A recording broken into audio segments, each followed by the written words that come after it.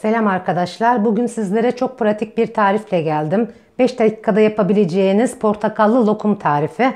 Hem de sadece 2 malzemeyle yapacağız bu portakallı lokumu. Burada 1 su bardağı nişastam var. Burada da 5 su bardağı portakallı gazozum var. Daha önceden almıştım. Gazı kaçınca içilmedi. Ben de bu şekilde değerlendirmek istedim. 5 su bardağı portakallı gazoz. Sadece malzememiz bu kadar arkadaşlar. 2 malzememiz. 1 su bardağı nişastamı tencereme alıyorum. Şöyle bir çırpma telimiz olsun ki hiç topak kalmasın karıştırırken. 5 su bardağı portakallı gazoz ekleyeceğim. Portakallı gazozunuz yoksa 5 su bardağı portakal suyuyla da yapabilirsiniz. O zaman şeker eklemeniz gerekecektir. Benim halihazırda gazozum olduğu için şeker ekleme gereği duymadım.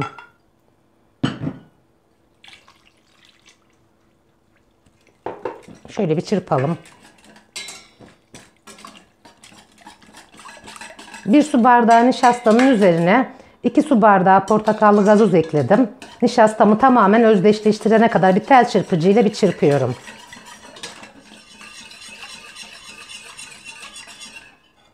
Tamamen özdeşlenen nişastamın üzerine 1 su bardağı daha portakallı gazoz ekliyorum. Toplamda 3 su bardağı oldu. Biraz daha şöyle bir karıştıralım. Şimdi 2 su bardağı daha portakallı gazoz ekliyorum.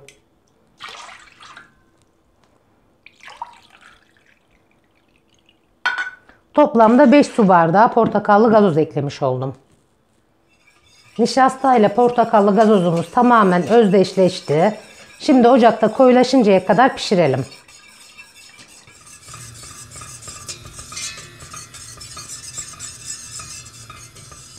Bu aşamada ocağın başından hiç ayrılmadan sürekli karıştıra karıştıra koyulaşıncaya kadar pişirmemiz gerekiyor. Karıştırmadığımız takdirde lokumumuz topaklanır.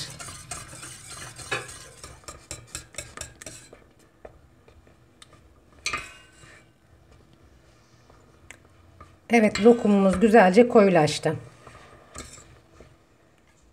Ocakta koyulaşıncaya kadar pişirdiğim lokumumu şöyle biraz tel çırpıcı ile çırpıyorum ilk sıcağının çıkması için. Hazırladığım lokumumu şu şekilde bir silikon kaba boşaltacağım ben şekillendirmek için. Sizin böyle bir silikon kabınız yoksa bardaklara da yapabilirsiniz. Öncelikle ben silikon kabımı çok az bir sıvı yağ ile yağlıyorum.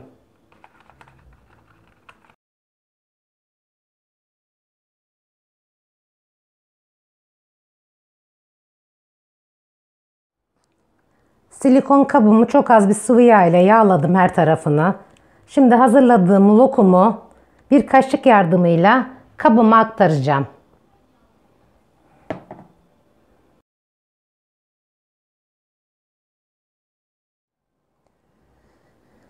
Silikon kalıbına doldurduğum portakallı lokumumu şu şekilde bir sallıyorum silikon kalıbıma. Tamamen oturmasını sağlıyorum.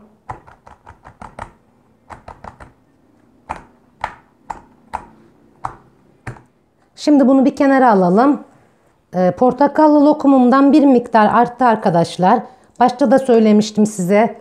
Silikon kalıbınız yoksa bardakta da yapabilirsiniz diye. Şimdi bir tane bardağı doldurarak hem size göstermiş olacağım hem de artan lokumumu değerlendirmiş olacağım. Yine şöyle çok az bir sıvı yağ ile bardağımın içine fırça yardımıyla yağlıyorum. Sudan da geçirseniz olur fakat ben yağlamayı tercih ediyorum. Evet, her tarafını yağladım bardağımın. Şimdi kalan portakallı lokumumu bardağıma aktarıyorum.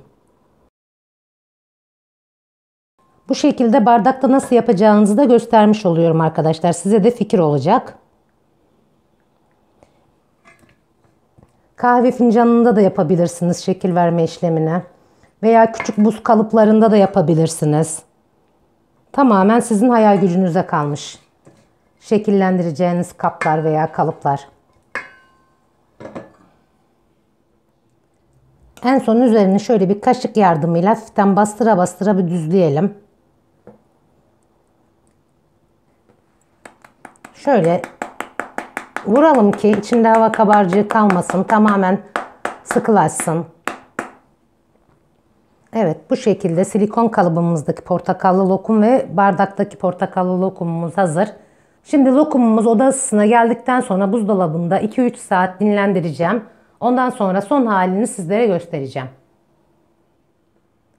Portakallı lokumlarımızı kalıplara döktükten sonra buzdolabında tam 2 saat beklettim. Şöyle göstereyim.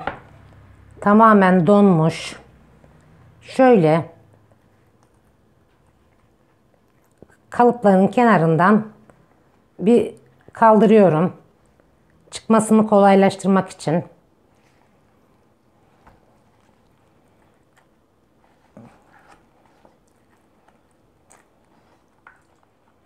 Tamamen hepsini gevşettim kalıptan. Şimdi şöyle üzerine bir tabak çeviriyorum.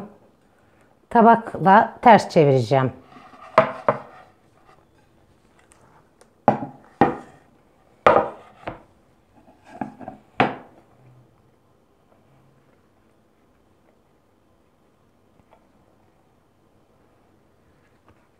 Evet, lokumlarımız hazır. Şimdi ben bunları Hindistan cevizine bulamak istiyorum. Daha güzel tam lokum görünümünde olması için. İsterseniz Hindistan cevizine bulamadan da yiyebilirsiniz.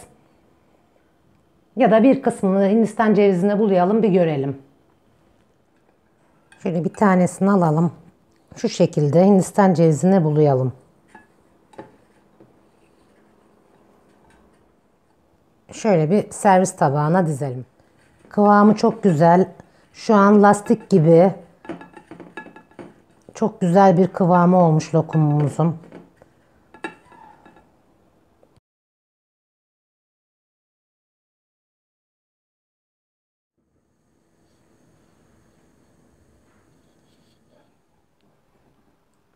Evet, silikon kalıpta şekillendirdiğimiz portakallı lokumlarımız bu şekilde hazır. Şimdi bir de bardakta dondurduğum portakallı lokumuma bir bakalım. Şöyle bardağın kenarından hafiften bir havasını alalım.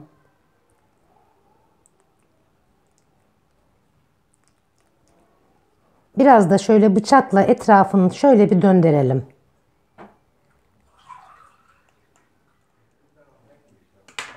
Evet, bardaktaki portakallı lokumumuzu da bu şekilde çıkartabiliriz. Hemen şöyle Hindistan cevizine bulayalım. Şu şekilde dilimleyelim. Tek kişilik porsiyonlar yapalım.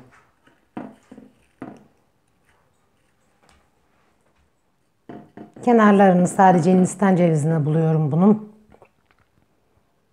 İsterseniz bardakta, isterseniz fincanda aynı şekli verebileceğinizi göstermiş oldum. İster uygun bir silikon kapta. Evet, bardaktaki lokumlarım da bu şekilde oldu. Portakallı lokumlarımız bu şekilde hazır oldu. Bu lokumlarımı silikon kalıbımda şekillendirdim. Bu lokumlarımı da su bardağında şekillendirdim. Her iki yöntemi de göstermiş oldum sizlere. Şimdi hep birlikte bir iç dokusunu görelim.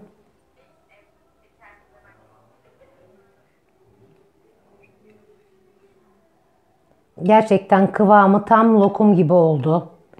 Mis gibi de portakal kokuyor şu anda. Bir tane de bardakla şekillendirdiğimden alalım.